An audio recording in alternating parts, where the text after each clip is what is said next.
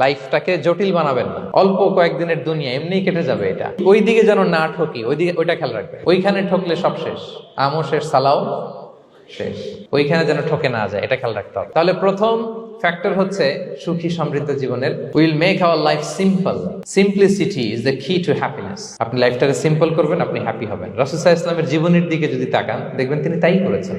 সুবহানাল্লাহ। সহিহ মুসলিমের একটা হাদিস শোনাই আপনাদেরকে। আম্মা জান আয়েশা রাদিয়াল্লাহু তাআলা আনহা বর্ণনা করেন। তিনি বলেন, একদিন সকালবেলা রাসূল সাল্লাল্লাহু আলাইহি ওয়াসাল্লাম আমার বাসায় আসলেন। ফজর নামাজ পড়ে এসে বলতেছে, আয়েশা ফজর নামাজ পড়ে আসছি, ব্রেকফাস্ট করার মতো কিছু আছে ঘরে? ইয়া রাসূলুল্লাহ, কিছু নাই। নাই? ঠিক আছে, আম ফাস্টিং, যাও আমি রোজা রাখলাম, রোজার নিয়ত করলাম। কত ইজি গোয়িং, কত সিম্পল বানিয়েছেন লাইফটা। আচ্ছা, আমরা হলে কি করতাম? একটু মিলাই নিজের সাথে।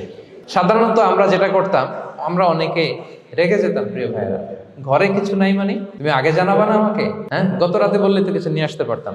সাধারণত এইভাবেই তো রিয়েক্ট করি আমরা, আগে জানাবা না কেন, আগে বলো নাই, রেগে যেতাম। অথবা বলতাম, আচ্ছা ঠিক আছে, এখন যে একটা কিছু ব্যবস্থা করি, দেখি কিছু পাওয়া যায় কিনা। এরকম অনেক ওয়ে খুঁজতাম।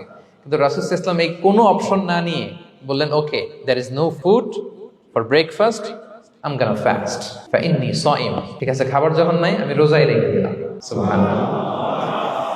এভাবে তিনি তার লাইফ লিড করেছেন। Make your life simple, you'll be happy. জটিল না করে সহজ করুন, আপনি হ্যাপি হবেন।